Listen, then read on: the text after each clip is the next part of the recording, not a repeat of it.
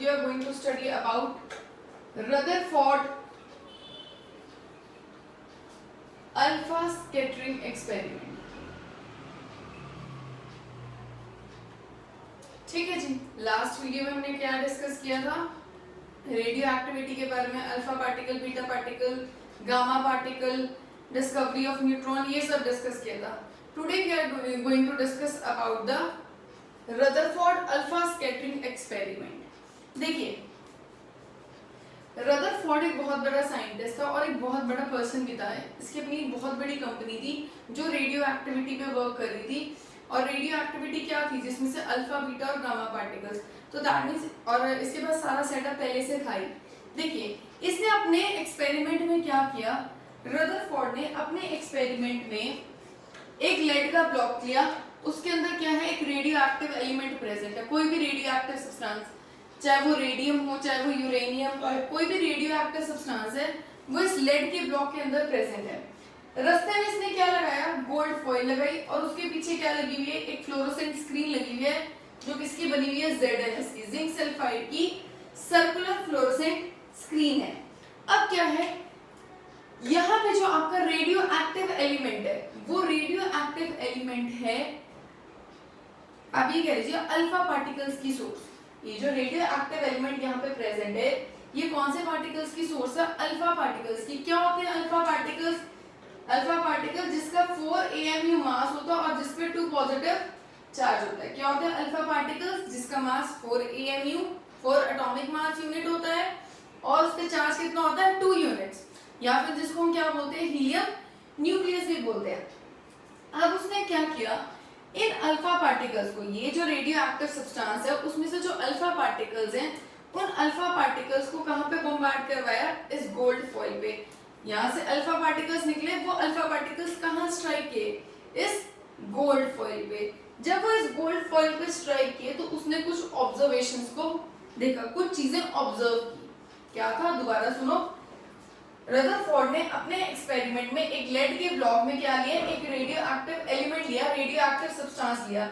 ये radio active substance किस चीज की सोर्स है? अल्फा पार्टिकल्स की। इस रेडियो एक्टिव सब्सटेंस में से क्या निकलेंगे? Alpha particles. अल्फा पार्टिकल्स क्या होते हैं? हीलियम न्यूक्लियस को बोलते हैं, जिसका मास कितना है? 4 AMU, और चार्ज कितना है? 2 यूनिट्स। और यहाँ से जो अल्फा पार्टिकल्स निकले, वो कहाँ पे स्ट्राइक किए? गोल्ड फॉइल पे। ठीक है जी। अब उसने क्या ऑब्जर्वेशंस देखी? उसने 3 ऑब्जर्वेशंस देखी। सबसे पहली observation, most of the alpha particles pass through the foil undeflected. यहां से बहुत सारे अल्फा पार्टिकल रेस की फॉर्म में आ रहे हैं, लेकिन बहुत सारे अल्फा पार्टिकल्स जो है, that means 99% of the alpha particles वो बिल्कुल सीधे निकल गए। बहुत सारे अल्फा पार्टिकल, जितने अल्फा पार्टिकल्स वहां से निकल रहे थे, 99% ऑफ द अल्फा पार्टिकल्स बिना स्ट्राइक के बिल्कुल सीधे निकल गए। ठीक है जी, ठीक है जी, बिल्कुल। उसने ये चीज ऑब्जर्व कैसे की? यहाँ पे क्या लगी हुई है? जिंक सल्फाइड की स्क्रीन। जिंक सल्फाइड की स्क्रीन कैसे है? फ्लोरोसेंट स्क्रीन है। दैट मींस फ्लोरोसेंट स्क्रीन का मतलब क्या है? जहाँ पे लाइट प्रोड्यूस होती है, कोई पार्टिकल स्ट्राइक करता है, तो दैट मीन जो पार्टिकल्स यहाँ से बिल्कुल सीधे आए, वो यहाँ पे क्या हुआ? लाइट प्रोड्यूस होने लगी, जिसकी वजह से पता लगा कि यहाँ पे कुछ पार्टिकल्स स्ट्राइक किए। तो पहली ऑब्जर्वेशन क्या थी रदरफोर्ड के एक्सपेरिमेंट की? Most of the alpha particle, that is 99% of the alpha particles were undeflected, बिल्कुल डिफ्लेक्ट नहीं किए, बिल्कुल सीधे निकल गए। सेकेंड ऑब्जर्वेशन क्या थी? बहुत कम alpha particles, very few alpha particles were deflected by small angle। यहां से रेज निकल रही है, मैक्सिमम अल्फा पार्टिकल क्या है? बिल्कुल सीधे निकल गए। मैक्सिमम अल्फा पार्टिकल्स क्या था? बिल्कुल स्ट्रेट निकल गए, अनडिफ्लेक्टेड, 99% अनडिफ्लेक्टेड। ये थी पहली ऑब्जर्वेशन। सेकेंड ऑब्जर्वेशन क्या थी? सेकेंड ऑब्जर्वेशन ये थी कि कुछ पार्टिकल्स, वेरी फ्यू पार्टिकल्स, वो स्मॉलर एंगल्स पे डिफ्लेक्ट कर गए। बहुत कम अल्फा पार्टिकल्स स्मॉल एंगल्स पे डिफ्लेक्ट किए। पहली ऑब्जर्वेशन, मैक्सिमम 99% जो पार्टिकल्स थे, अल्फा पार्टिकल्स थे, वो अनडिफ्लेक्टेड थे, बिल्कुल सीधे निकल गए। सेकेंड ऑब्जर्वेशन उसने क्या की? सिर्फ कुछ अल्फा पार्टिकल्स ऐसे थे, very few alpha particles were deflected through a small angles पे डिफ्लेक्ट हुए।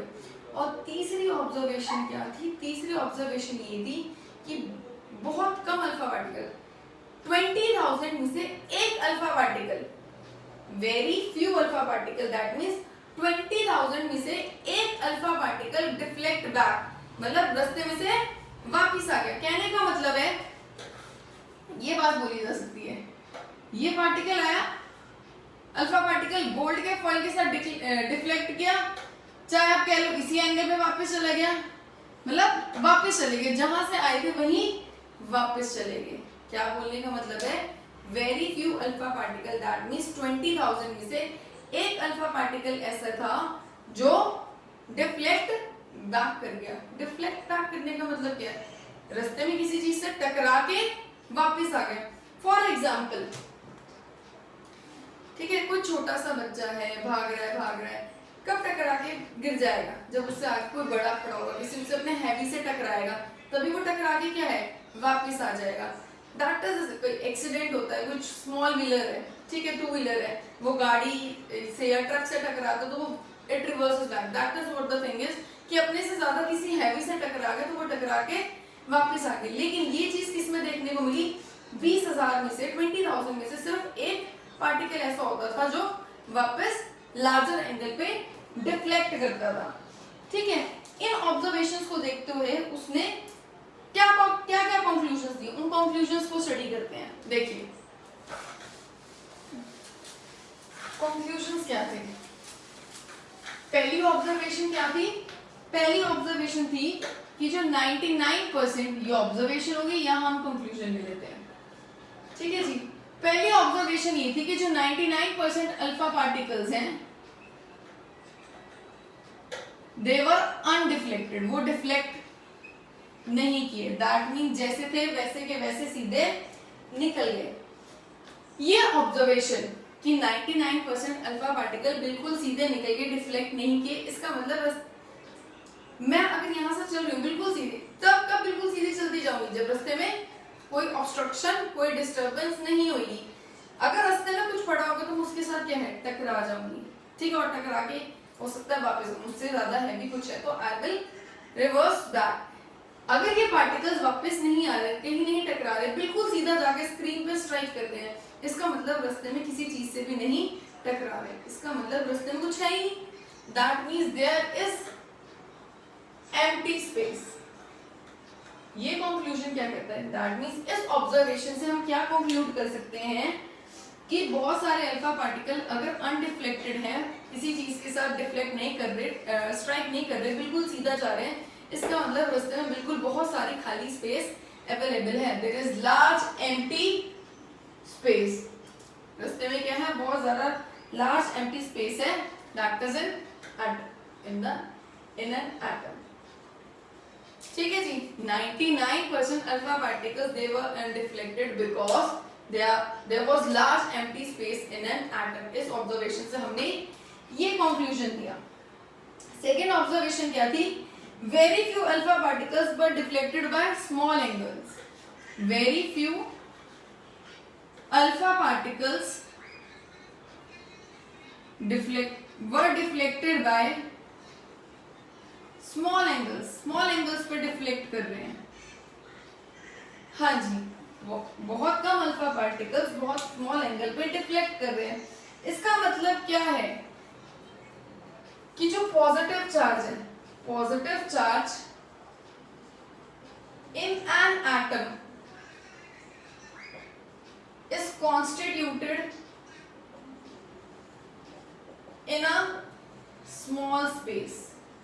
अगर बहुत स्मॉलर एंगल पे डिफ्लेक्ट कर रहे हैं, इसका मतलब क्या है कि जो एटम है उसमें बहुत थोड़ी सी जगह में पॉजिटिव चार्ज प्रेजेंट है, उस पॉजिटिव चार्ज के पास ना आते हैं। क्योंकि देखिए अल्फा पार्टिकल्स क्या, अल्फा पार्टिकल्स हैं हीलियम 2 पॉजिटिव है, हीलियम की न्यूक्लियस, इस पे खुद पे पॉजिटिव चार्ज है। दैट मींस वो पॉजिटिव के आसपास नहीं जाएगा, पॉजिटिव से भागेगा, तो उसके स्मॉलर एंगल से डेविएट। तो दैट मींस कहीं ना कहीं अगर वो स्मॉलर एंगल पे डेविएट कर रहे हैं, इसका मतलब कहीं ना कहीं जो एटम है उसके अंदर क्या है, कुछ पॉजिटिव चार्ज थोड़ी बहुत जगह में in a small volume positive charge is present.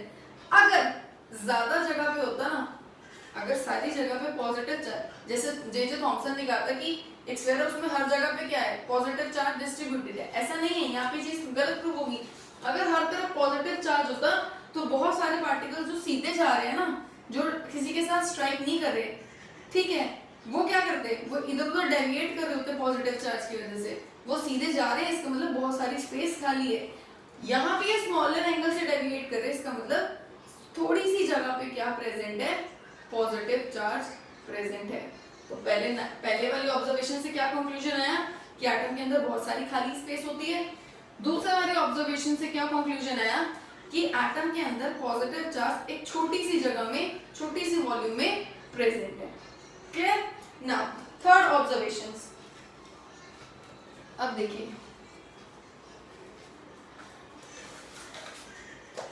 Third observation क्या है और हमारा कंक्लूजन क्या बनेगा।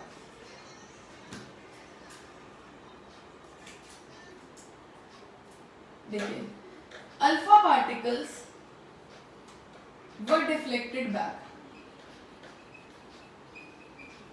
एक बात तो हमने ये की थी, एक हम बात ये करते हैं, alpha particles were deflected back, very few alpha particles, that means 1 out of 20,000 were deflected back at large angles। ये दो अलग अलग बातें हैं, ठीक है जी। अब देखिए ये क्या कह रहा, अल्फा पार्टिकल्स वर डिफ्लेक्टेड बैक, जो अल्फा पार्टिकल्स हैं वो जहां पे थे वहीं पे वापस आ गए। ये रे अल्फा पार्टिकल यहाँ से सोर्स से निकल रहे हैं, गोल्ड फॉइल से टकरा के वहीं से वापस आ गए। वहीं से वापस आने का मतलब क्या है कि अगर ये रास्ते में से वापस आ गए तो मतलब अपने से ज्यादा किसी हैवी से टकरा गए। नो डाउट अल्फा पार्टिकल्स भी हैवी होते हैं। अल्फा पार्टिकल्स का मास कितना है, 4 AME, 4 एटॉमिक मास यूनिट। अगर वो रास्ते में से वापस आए, इसका मतलब रास्ते में उससे कुछ हैवी पड़ा है।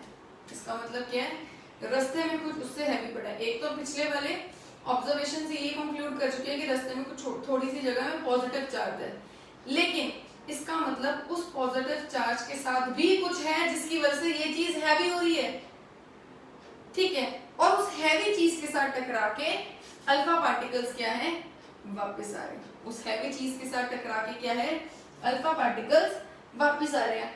और ये बात हम इसके लिए भी कह सकते हैं कि अगर 20,000 में से एक अल्फा पार्टिकल लार्जर एंगल पे डिफ्लेक्ट कर रहा है, लार्जर एंगल पे टकरा के वापस आ रहा है, तो इसका मतलब भी यही है कि वो अपने से ज्यादा किसी हैवी पार्टिकल से स्ट्राइक कर रहे हैं। तो रदरफोर्ड ने उस हैवी पार्टिकल को नाम क्या दिया, न्यूक्लियस। रदरफोर्ड ने उस हैवी पार्टिकल को नाम क्या दिया, न्यूक्लियस। यहाँ से कहीं ना कहीं उनके पास हिंट आ गया। हमें ये पता था एक एटम के पास प्रोटॉन्स होते हैं, एटम के पास इलेक्ट्रॉन्स होते हैं, ठीक है। यहाँ से उसके पास एक चीज और मिली कि रास्ते में कुछ ऐसा हैवी पार्टिकल है, हैवी चीज है जिससे टकरा के ये पार्टिकल वापस आ गए। दैट मींस रास्ते में क्या था, थोड़ी सी जगह में पॉजिटिव चार्ज था, तो दैट मींस उस पॉजिटिव, या तो पॉजिटिव चार्ज बहुत हैवी है, ठीक है, या उसके साथ ऐसा कुछ है जिसकी वजह से वो चार्ज क्या हो रहा है, हैवी हो रहा है, उसका मास क्या है, बढ़ रहा है। और मास बढ़ने का मतलब है हैवी होगा और हैवी चीज के साथ टकरा के वो वापस आ गया। तो यहाँ से हिंट मिल गया कि न्यूक्लियस के अंदर प्रोटॉन के साथ मतलब पॉजिटिव चार्ज के साथ कुछ ना कुछ प्रेजेंट है। हालांकि यहाँ पे न्यूट्रॉन की डिस्कवरी नहीं हुई थी, लेकिन कहीं ना कहीं रदरफोर्ड ने एक हिंट दे दिया कि न्यूक्लियस के अंदर प्रोटॉन के अलावा भी कुछ प्रेजेंट है जो चार्ज को क्या कर रहा है, दैट मीन सॉरी, जो उसके मास को क्या कर रहा है, हैवी कर रहा है, जो चीज को क्या कर रहा है, हैवी कर रहा है, जिसकी वजह से ये पार्टिकल्स स्ट्राइक करके वापस आ रहे हैं। Is that clear? This was Rutherford alpha scattering experiment. In the next video, we will discuss about Rutherford model of an atom. Till then, thank you so much.